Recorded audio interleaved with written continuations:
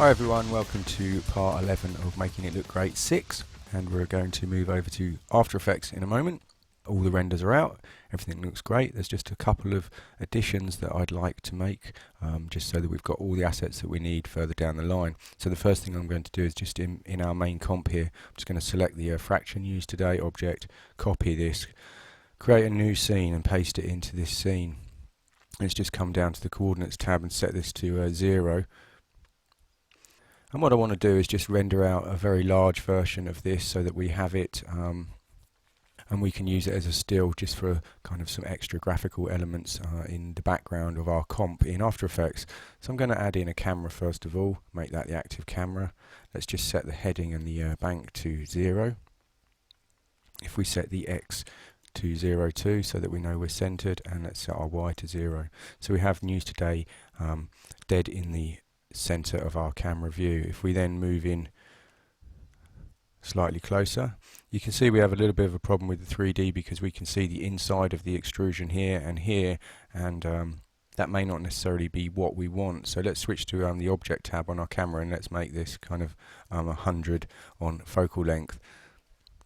What that means is it essentially zooms in a lot closer, but if we pull out now, you can see that although we can see the extrusion on the news today, it's not quite as deep. It just gets rid of that, makes it a little bit more subtle.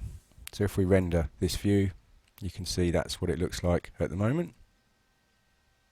For this render, I don't even think we need the material on the object. I'm just going to delete that and let's just have a look at what it looks like now. So it's pretty plain grey text. We're just going to use this as a background element, and I think that will be absolutely fine as it is. So let's come into the render settings to output, and let's just say times 4 in here. So it's 4096 pixels by 2304.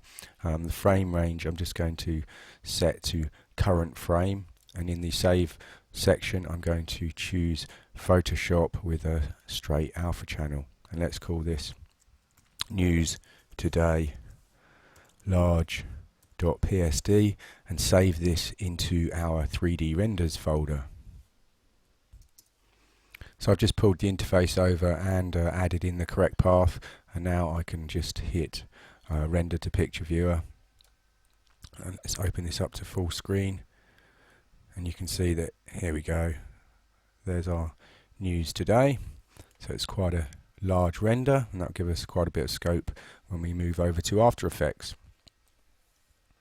So we're back in the main 3D scene, and I'm going to just scroll down until we can find our sphere that we used for the kind of longitude and latitude grid object. With that selected, I'm going to copy and again create a new document and paste this in. If we select the material, let's just pull this out so we can see our attributes. Move up to the alpha channel, click on the layer, and what we can do here is we can right click on the tiles shader, just say copy channel. Let's jump back and then just paste that channel in. We don't need to have the animation on there, I just want this to be permanently visible. I'm going to do the same as I did a moment ago and add in a camera and then just zero out the rotation parameters. Let's also zero out the X and the Y position parameters and make this the active camera. So now we can see we have our sphere framed quite nicely. Let's just round this up to minus 1850.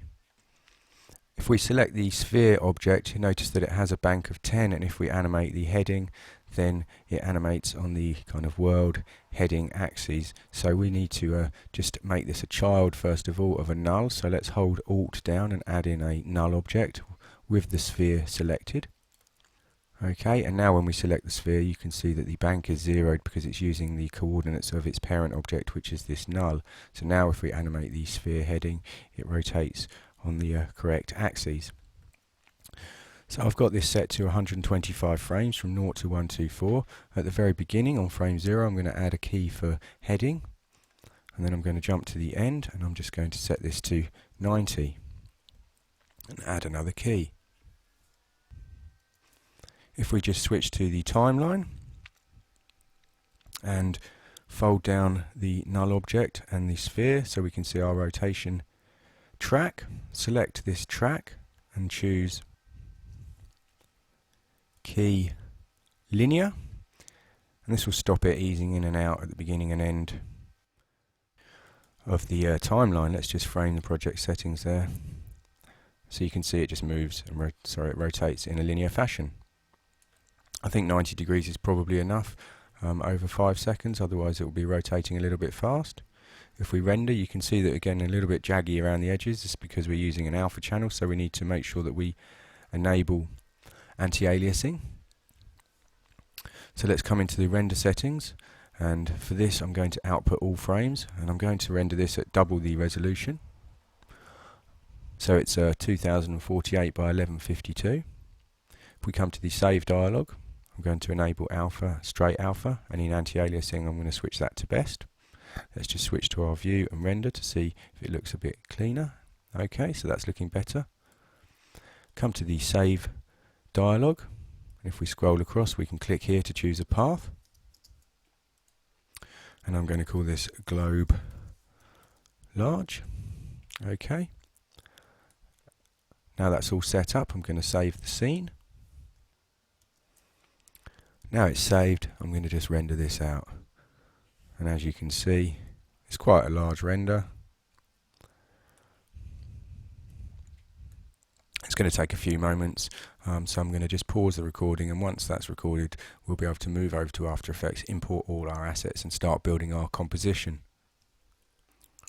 Okay, so everything's rendered out, and in your 3D renders folder or wherever you chose to save your renders, you should have a collection of QuickTime movies such as this, and also an AEC file and the PSD that we created. So you can see that the multipass has worked, and we have the channel name saved after the file name, and then we have our object buffers here. So here we have the ambient and the diffuse, and then the reflection and the RGB pass, and then we have our News Today AEC file. Now this we can open up into After Effects, however you do need to have the plugin installed in After Effects for this to work. So you can download the plugin from the Maxon website, which is www.maxon.de. That will take you to the German site, and you need to click on the English link if you're an English speaking person. But probably for most of you who have Cinema 4D installed already, the easiest way to find it is actually in your applications folder. So in your applications folder it should look something like this. You'll have an Exchange plugins folder, and in here you should have the Exchange plugins. So you click on the After Effects, select the platform that you're working on and the version. If you're in CS4, then the CS3 plugin should work just fine. And there's a zip file with the plugin installed, and you need to then take that and put that into your After Effects plugins folder. Once you've installed the plugin, you can come back to your 3D renders folder like I have, and you can just double click the News Today AEC file. That will then import into After Effects, and it should look something like this. First thing you'll probably notice is the project window has some folders in it, and if we fold these down you can see that it's created a composition for us. It's imported some null objects as solids. If you remember, we put our external compositing tag on, and then we have a folder called Special Passes which has our object buffers and the RGB render. Now I like to rearrange this, and I generally call this folder my 3D renders, and I will take all the 3D render files that I've created and place them into this folder. I'll then have my comps folder, which I normally start with a star, just so that it sits at the top of the project window, and the solids folder is fine to leave as it is. Of course you can use whatever workflow you're used to and name these folders how you like. You'll also notice that it's called Untitled Project, so once we have this set up, it's a good idea to save the project. Okay, I've opened the Cinema 4D composition so we can have a quick look at that. I've also adjusted the workspace slightly. The reason for this is because it's quite a small area to work in. So if you right click along the top column here, you can choose to hide or show different columns. So I've just hidden labels, for instance, and also the parents column, just so I've got a little bit more room. So let's just zoom out so we can see the whole of our Cinema 4D project. And as you can see, as we zoom back, here's our render, and you'll notice that we have lots of lights in our comp. These all correspond to the lights that were exported from Cinema 4D. We also have these null objects, and if we just select those, you can see that as we scrub through, they move in relation to the nulls that we had in Cinema, so we can use those to attach effects points to later. The lights are in here so that if you use After Effects 3D layers, you can actually light your 3D layers in a similar way, and hopefully that helps with your composite. For this tutorial, we're not going to be using those at all, so I'm actually going to just remove them from the timeline. I'm also going to just come up to the comp window and just call this main comp. I like to put a star or an asterisk at the beginning. It just keeps it at the top of the folder or the project window. Okay, so that all seems to be good. So let's move on and start making the project. One of the first things I like to do is to take all my passes and isolate the objects that I'm going to use in the composite. So let's go through that first of all. And I'm going to use the RGBA render for this, but the first thing we should do is we should check that it's been imported and interpreted correctly. So if we just select it and press Control or Command F, in the interpret footage we can look and see that it's actually incorrect and it's been imported, and After Effects has guessed what sort of alpha it is and said it's pre-multiplied, but actually it's a straight alpha. So let's change that to start with. Everything else looks okay, so let's just OK that. And if we take the RGBA render and drag it to create a new comp, and let's call this News Today Rings. And if we drag this up into our comps folder, now what I want to do is isolate the rings that go around our globe. So we need to find the appropriate object buffer, and I think that was object buffer 1. If we open that up, we can have a look. No, that's the streaks. Okay, I think actually it was object buffer 3. Unfortunately, we can't name our object buffers, which would make life a lot easier, but we only need to do this once, and then hopefully we should remember which one corresponds to which. So it's object buffer 3. Let's drag that on and place it above. If we press F4, we can switch over, and we can then choose for the RGBA layer to use the layer above as a luminance matte. And there you go. Now you can see that we've isolated our rings. If we Alt click here to show the alpha channel, you can see that that's working fine. So let's close that down. If we then take this comp and press Control or Command D to duplicate it, and then we can rename this, and we can use this as a setup for all our others. So let's call this streaks, seeing as we just saw the object buffer for our streaks. Let's open this up, and instead of using object buffer 3, we'll use object buffer 1, and you can select this in the project window, and as long as your layer is selected in the timeline, hold down Alt and it will swap them over, and we don't need to change any other settings. And now you can see that our streaks are all isolated too. You may be thinking, oh look, there's some holes in it, but don't forget that there is actually text on the screen at that point in time, so the streaks are hidden by the text. The only other thing is that towards the end, if we just zoom up to see this full screen, you can see that we do have a few dotted lines at the end of our streaks, and the reason for that is just because they're quite fine and the anti-aliasing probably wasn't set quite as high as it should be. But to be honest, in a render like this, they're going to be moving so fast that isn't really going to be an issue. You could always set the anti-aliasing to be slightly higher or to lower the threshold when you're rendering out of Cinema 4D, but for this example I think that that's going to be absolutely fine. Okay, so let's select this comp and duplicate again, and this time I'm going to call this text. Let's open this up, and now we need to find the object buffer that we used for our text. I think it was object buffer 2. Let's have a quick look and check. Okay, and there you go. So that's the buffer for text. So again, we just select the object buffer 1, and we can grab object buffer 2 in here holding down Alt, and that will swap it over. And now we've isolated our text. So by doing this, what we're essentially doing is taking all the 3D elements and we're rendering and we're creating comps so that they're all individual elements, and we can use them as individual layers in our main comp, and we can add effects to specific parts of the 3D render without having to actually render each part separately from our 3D program. So this should give us lots more power. So we're back to the main comp. Let's just scrub forward in time so we can see a little bit more of the content somewhere like here. And as you know, we've just separated out some of the elements. First of all though, let's add in some background layers. Now what I'm going to do is I'm going to use fractal noise for these, but first of all I'm going to set the layer to just be half size.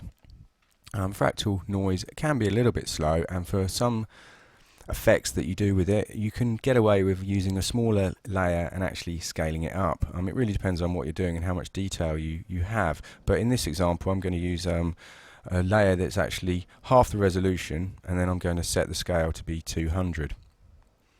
With the layer selected, choose Effect, Noise and Grain, Fractal Noise, and I'm going to just create a very simple undulating background. So first of all I'm going to set the complexity down to 2. I'm going to open the transformation settings and scale the fractal noise up to 400. So you can see it's just a very, very subtle fractal noise effect. If we come to the very first frame, let's set a key for the evolution, and let's jump to the end and let's set the evolution to be 2.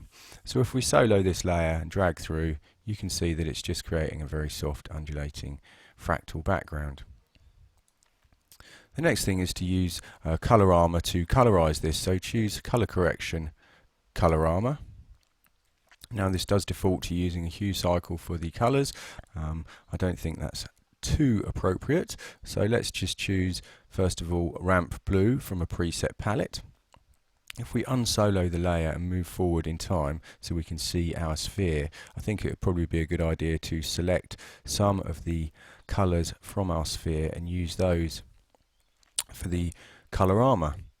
So let's first of all double click here. Now I'm using OS X. You may be using Windows, in which case your Windows system palette may pop up, or you may also have set your prefs to use the Adobe color picker. So whichever color picker you have, just choose an appropriate color from the globe. Okay, maybe something a little bit darker than this around here.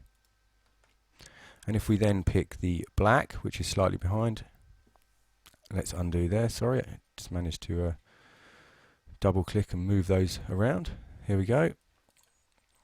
And this time let's pick a much darker colour, somewhere around here.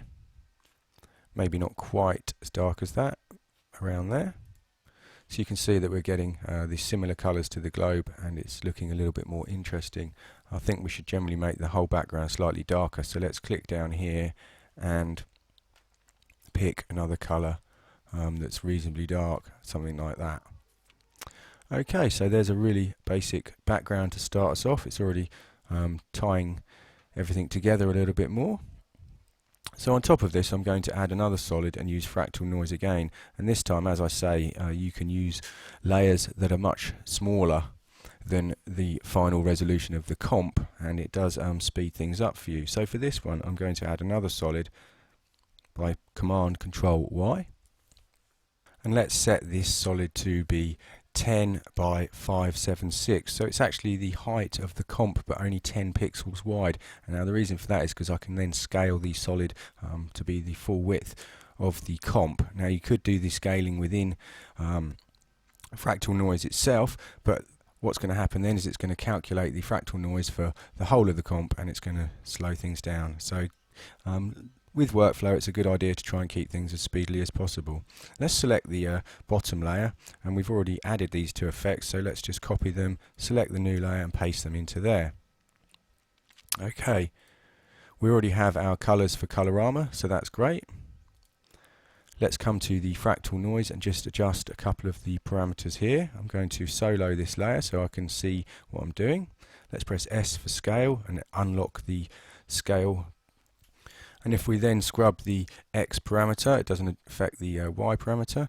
I think I'm going to hold Shift down to make this move greater amounts. So you can see that the scale is going to have to be pretty huge,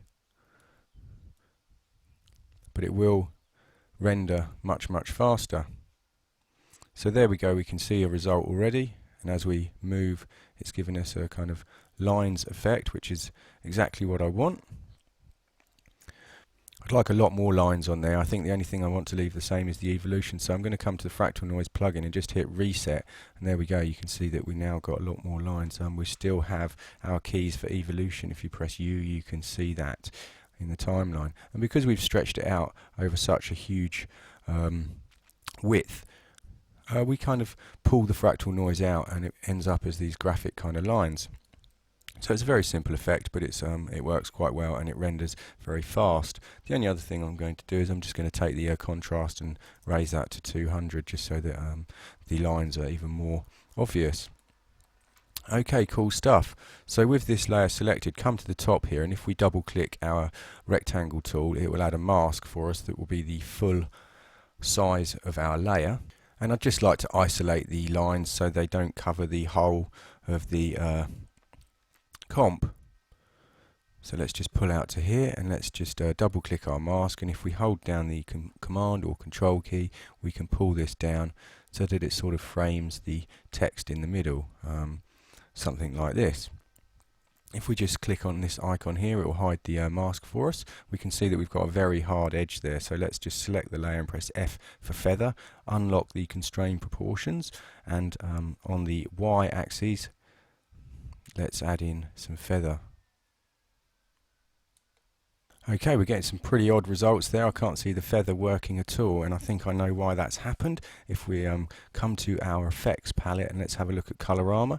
Now by default this does have the option to modify the alpha, and if we come in here to modify alpha is checked. If we uncheck that, you can see that then we can see our feather actually working.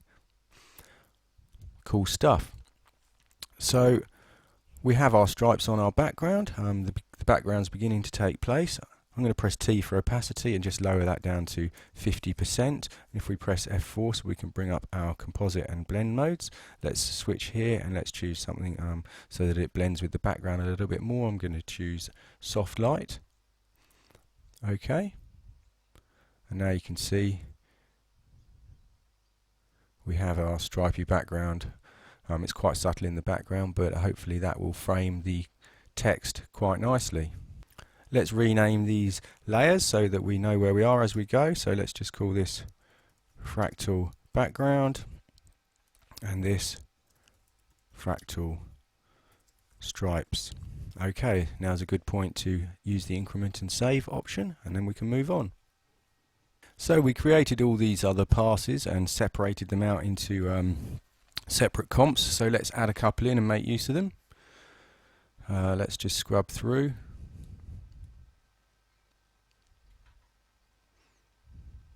Somewhere around here. So as we have our streaks coming in, we have a comp that we've set up with streaks, so let's drag this in and just put it over the top.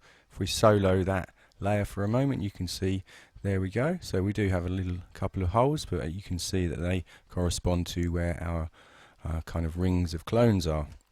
So with the today's streaks layer, let's add effect stylize glow. Again, you can see that the glow is only working on our streaks, which is why we output our object buffers. It makes this kind of thing really useful. I don't really want to change much in the glow settings, just maybe increase the radius to 15. I'm quite happy for it to use the colours from the actual layer itself. Let's just disable the glow and have a closer look at what's going on here though. Let's set this to full res and zoom in slightly. Now I'm not sure if you can see this in the capture area. It's not looking too bad. Okay, so what I was looking for there was just to make sure that where we've put the matte around the edge of our glows that it looks nice and clean. Sometimes you do get a slight fringe because you are using a matte and you get a kind of pre-multiplied edge. You can solve this, but luckily we look like we're in good ground here. Let's just check it at the end, and let's just zoom in and check it on News Today as that whizzes across. Yeah, I think we're okay. Everything's looking good there, so that's fine. We can leave that layer as it is. If we switch the glow on, you can see that it's also affecting our streaks at the end here. Let's come back to our project window. and bring in the News Today rings. And again, you can see that this is an isolated layer. I think that we can safely add the same glow that we have to the streaks layer. Let's just switch to the tab here. One thing I want to change on here before I do that, Composite Original. I think I'm going to say Composite Original None, just so that this layer is the glow only. And now we can take this glow, copy it, go to our rings layer and paste that on there. And you can see that now we have a nice glow with all our rings as well. Okay, we've isolated the text, and if you ask me, the text is looking a little bit grey. It could definitely be slightly brighter and a bit more punchy. So let's come to our project window. We isolated the text here in our News Today text comp. So let's take this comp and drag it into our timeline. First thing we can do is we can add levels, and we can bring the white point down a little bit just to make it a little bit brighter, and I think also it would benefit from adjustments on the colour, possibly the saturation. So let's choose Effect, Colour Correction, Levels. And now if we take the white point and just drag this down just so that our top stories looks slightly brighter. We don't want to bring in any clipping, so probably somewhere around there. Now let's choose Effect, Colour Correction, Hue Saturation. I think it's got a very slight green tinge to it, so if we just adjust the hue slightly to bring it more towards blue, not too much, somewhere around 10 degrees, and let's also increase the saturation, let's say 10, and let's try 20. Okay, I think that's definitely looking better. If we switch to this column and disable effects, you can see that we've made quite a drastic difference. And let's just jump forward to where it says latest sports, and again compare the before and after. Yeah, it's definitely looking much more punchy. Okay, cool stuff. One of the other things I'd like to do is bring out the highlight. As you can see here, we have the kind of glow that travels across the letters. Now it'd be cool if we could isolate that somehow. So how can we go about isolating just that one glowy part? Well, if we come to our project window and open up, for instance, the News Today reflection, if we drag through, you can see, okay, so that's just the reflection, that's not the pass that we want. Let's try another pass. Let's try our ambient pass. If you remember, we use Lumus, and Lumus goes in the luminance channel. There we go. So there we have our highlight traveling across the text, but we also have the streaks and the glows, etc., etc. But we have an object buffer for our text, so we can take this ambient pass and we can use that to isolate the text just as we have done in here. So let's take our News Today text comp and duplicate this, and let's call this text highlights. Open this up, and instead of having the RGBA render as the layer being isolated, let's take our ambient pass and put that in there. So select the RGBA layer, take the ambient pass, hold down Alt and swap them over, and now you can see that we have isolated just the highlight for our text. Cool stuff. So we can drag that into our main comp and we can overlay it on top of our text, and we should be able to enhance those glows. So grab the comp for the text highlights and drag that in, and there it is. And you can see that obviously it's only the highlight, the rest of it's black. So what we need to do is we need to use a composite mode so that we can get rid of all the darker areas, so something like add or possibly screen. So first of all, let's switch to screen. Okay, and I'm just going to solo this layer for a moment. Let's find a nice point somewhere around here. Now it'd be quite nice if we actually made the highlights warm, so we could use our hue saturation effect to adjust that. So let's go ahead and try that. So to choose effect, hue saturation was the last effect that I used, which is quite handy. And now what we can do is we can just adjust the hue by dragging the slider here, and let's set that to be something around 190, and you can see that instead of a blue cold highlight we now have a warm yellow highlight. This may or may not be something that you want to do, but it certainly works quite well. The other thing that I'd like to do is I'd like to blur this, and for that I'm going to use Effect, Blur and Sharpen, Box Blur. Now the reason I'm going to use Box Blur is just because it has the option to increase the number of iterations. If we leave that at 1, it's very fast and it gives us a nice boxy blur. If you increase that, it will give you a smoother and smoother blur, obviously with the increased render times. So let's set that to around 15.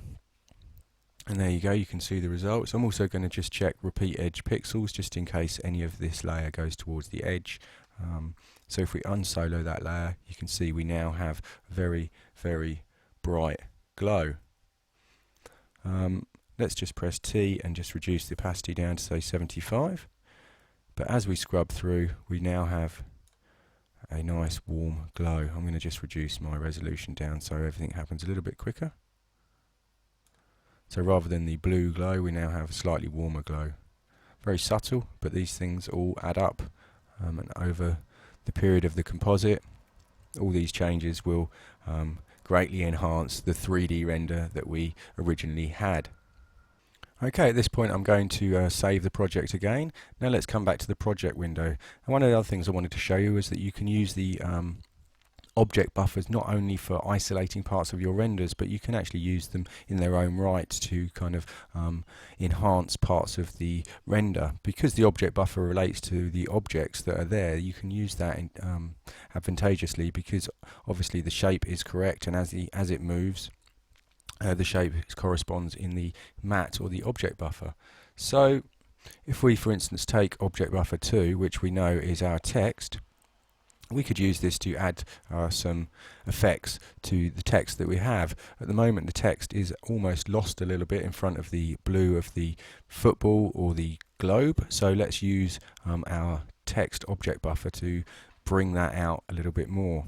So I'm going to drag this into the timeline. I'm going to place it underneath my News Today text comp, and you can see everything goes black, and this is because it's a pure black and white render. So the first thing I want to do is to give it an alpha, and we can do that using the set matte command. So if we come up to Effect, Channel, Set Matte, and Set Matte enables you to add an alpha channel either from this layer or from another layer.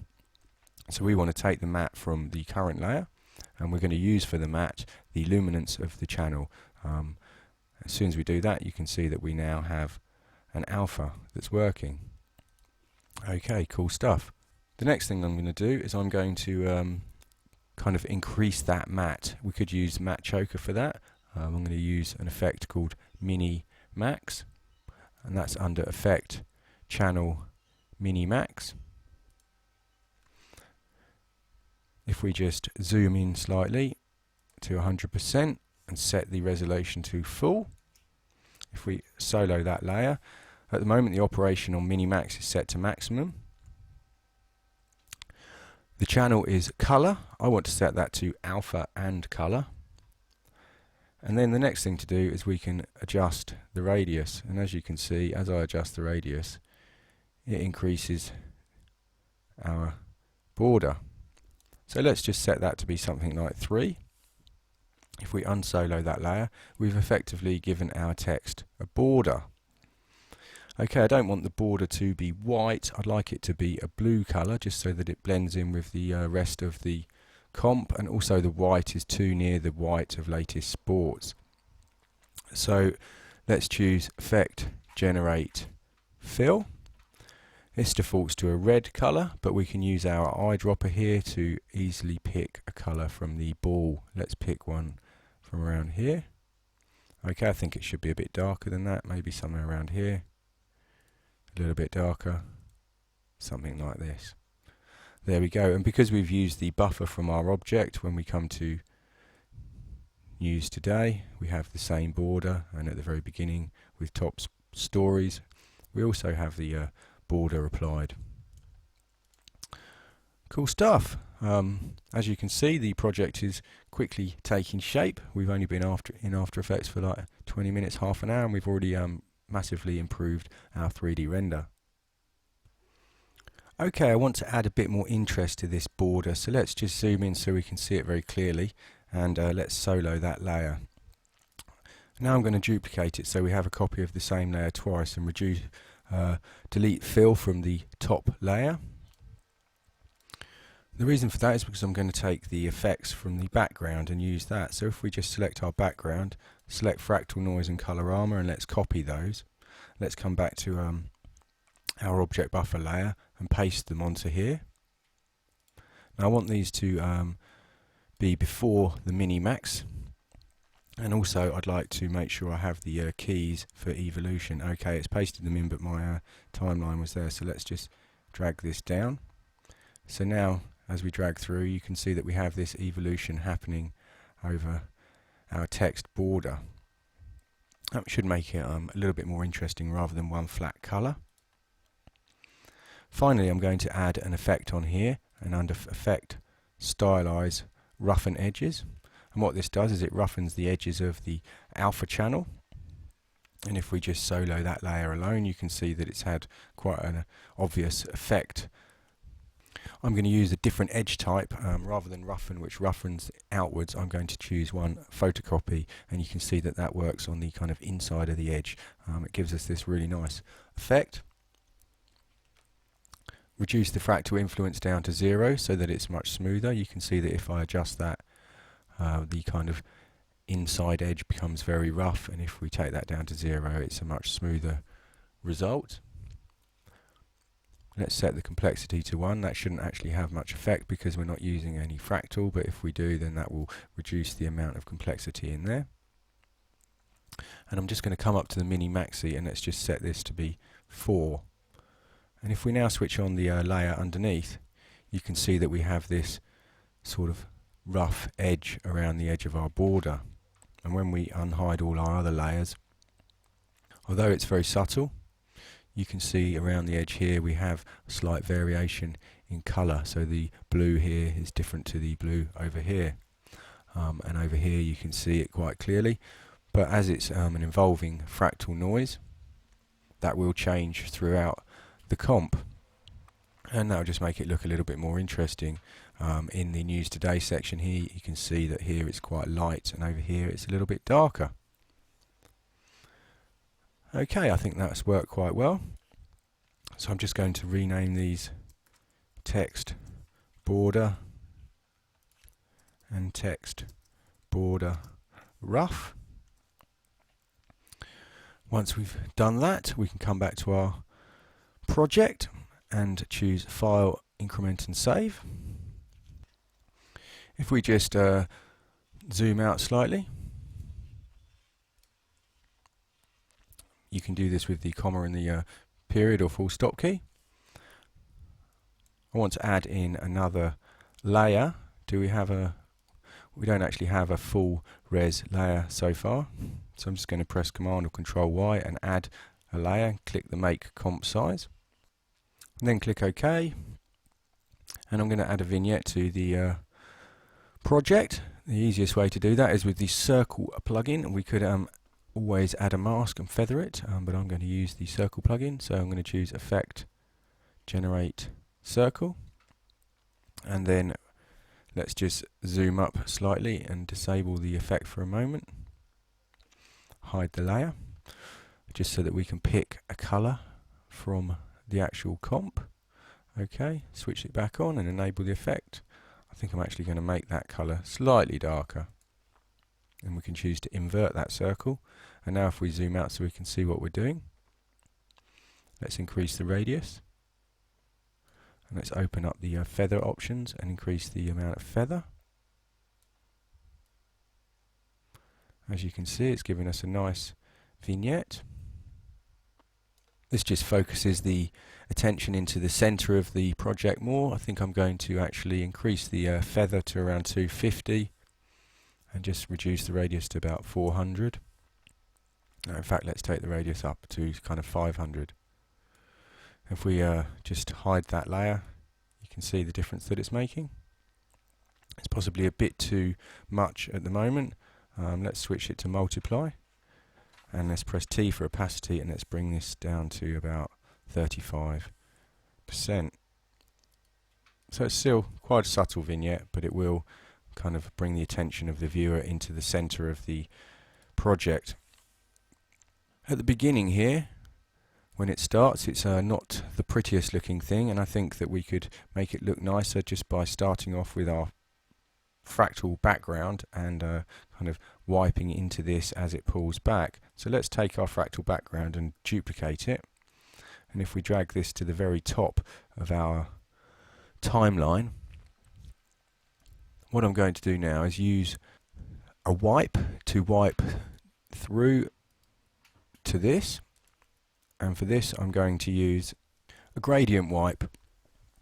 Now we have the Cult Effects plugins bundled with After Effects now, and they include one called CC Image Wipe. So if we choose Effects, Transition, CC Image Wipe, Gradient Wipe is the original gradient wipe that comes with After Effects, but now we have CC Image Wipe. It has slightly more controls and it is slightly better. So the first thing we need to do is choose a gradient that we're going to use for our wipe, and I'm going to use the actual News Today diffusion render.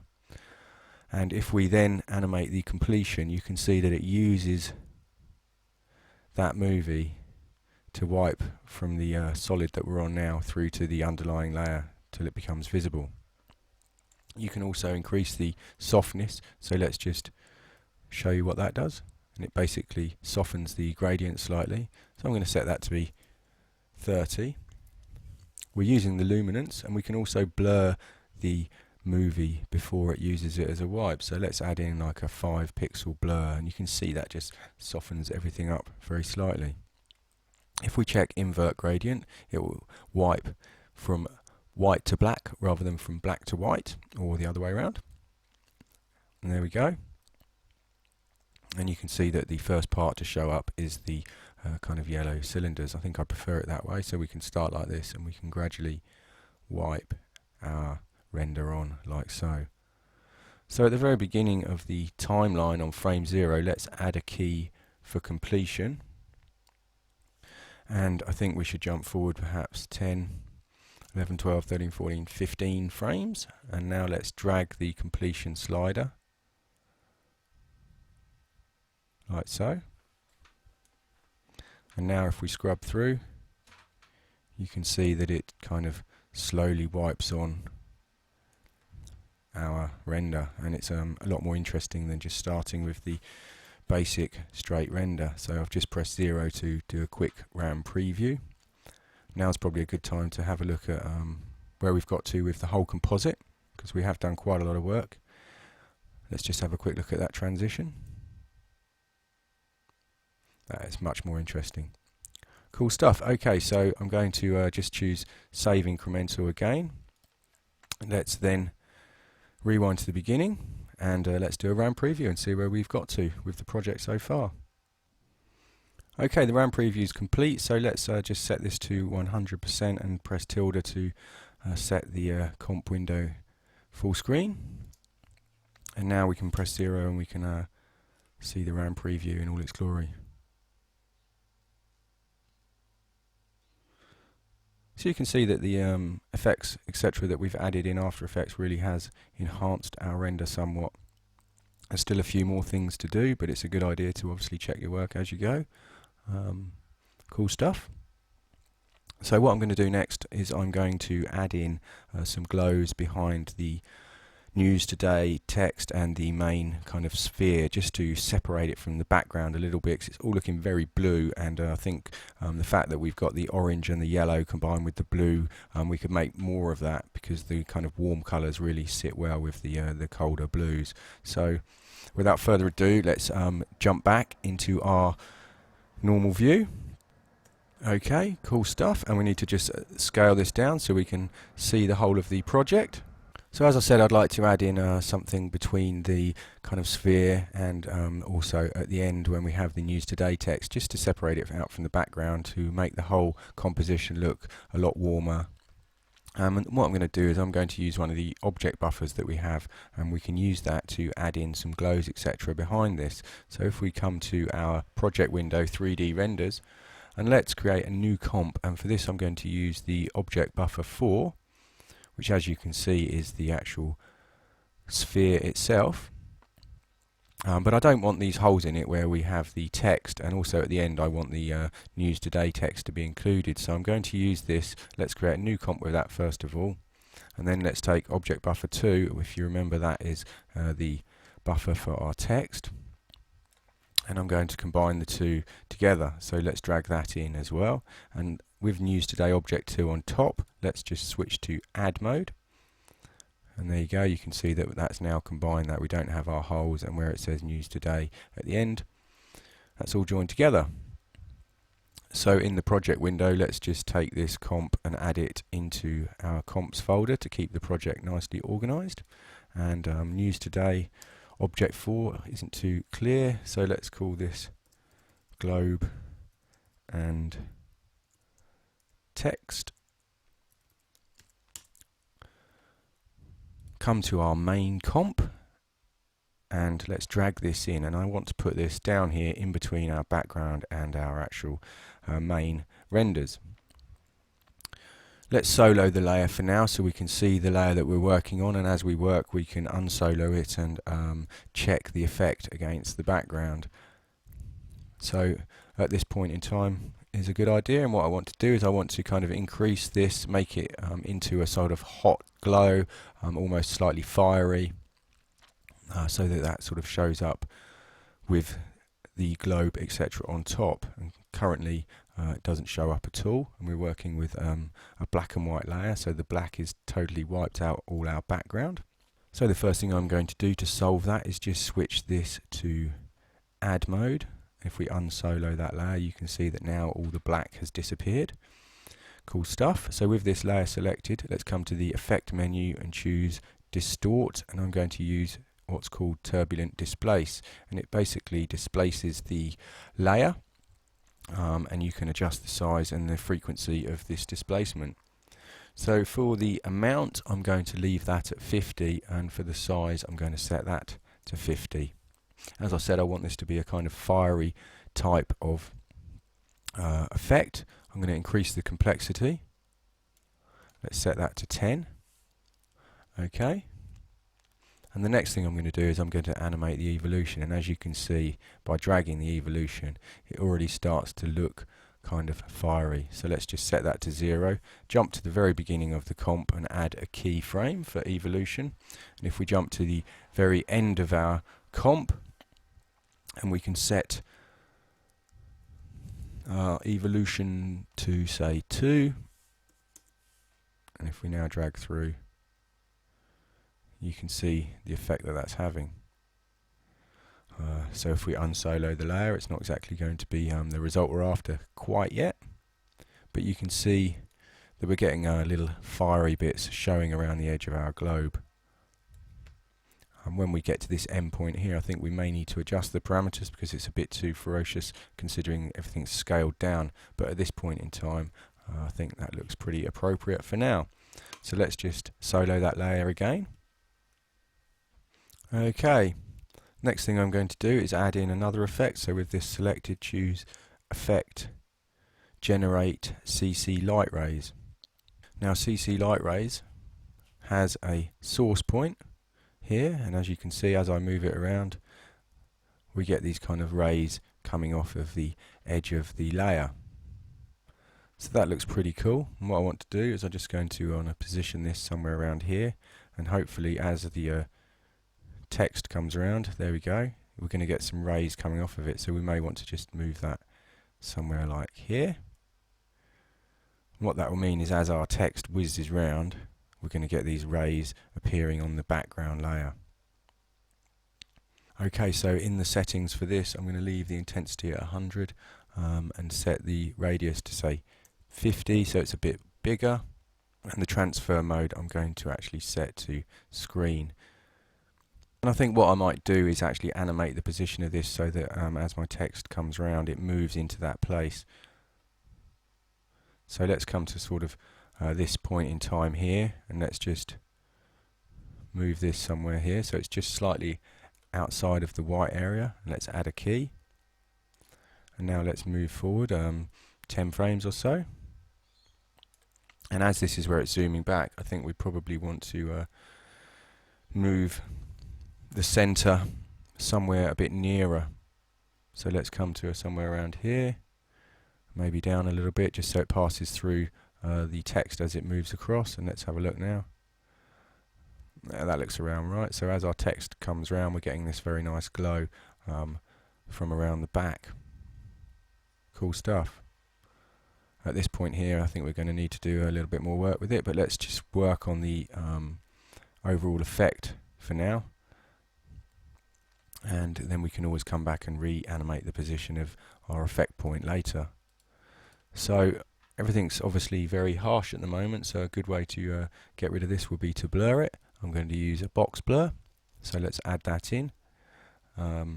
As I said before, you can increase the iterations to increase the smoothness of the blur, and let's just have a quick look at how that works. So if we set our resolution to full at 100% so we can see what's going on, and let's set our blur radius to be, say, 6. So at the moment you can see it's quite a boxy result, but if we increase our iterations to 2, you can see that that smooths the result out quite considerably. You can keep increasing this to get a smoother and smoother result. I'm going to set that to be 3, and I'm also going to check the repeat edge pixels checkbox. If we come back to a point in time like here, you can see at the edge here that the blur is going right to the edge nicely. If we uncheck that, you can see that it actually blurs along the edge, which is often an unwanted behavior. So let's make sure we've got that checkbox checked. So now as we drag through, this is the result that we have so far.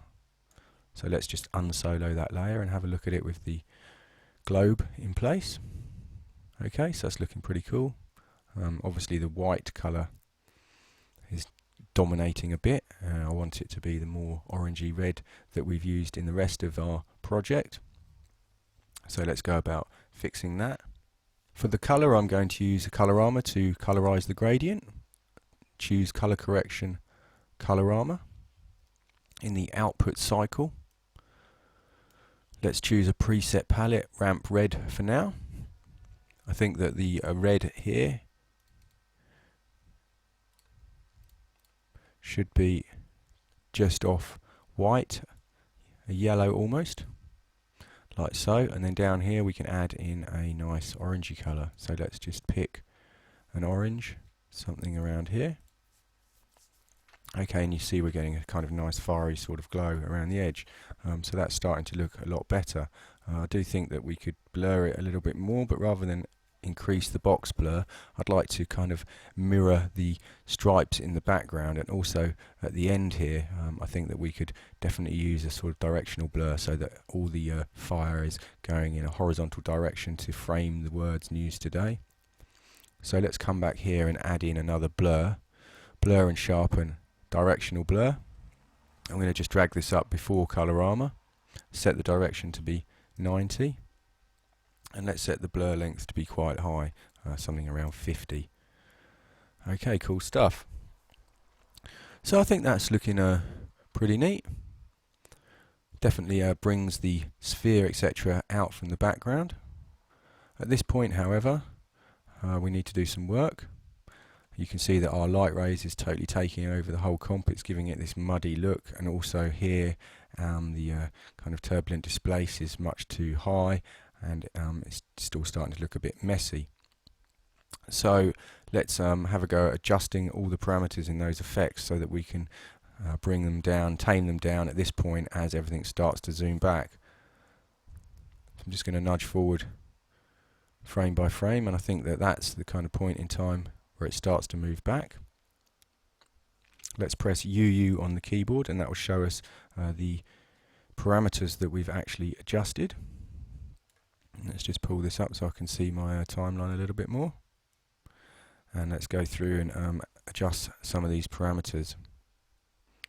Okay, so with turbulent displace, I think that the size definitely needs to be reduced down. Evolution is already animated, we don't need to touch that. With the light rays, I think that we need to adjust the intensity, and we could just really get rid of the light rays as it zooms back. So let's fold this down and just add a key for the intensity. Probably the blur radius of box blur will be too high. As everything's getting smaller, we won't want to blur that so much. So let's set a key for the blur radius, and I think the other thing is that the directional blur will probably need to be increased. I'd like to stretch this out so that it's behind the latest, or sorry, the news today text.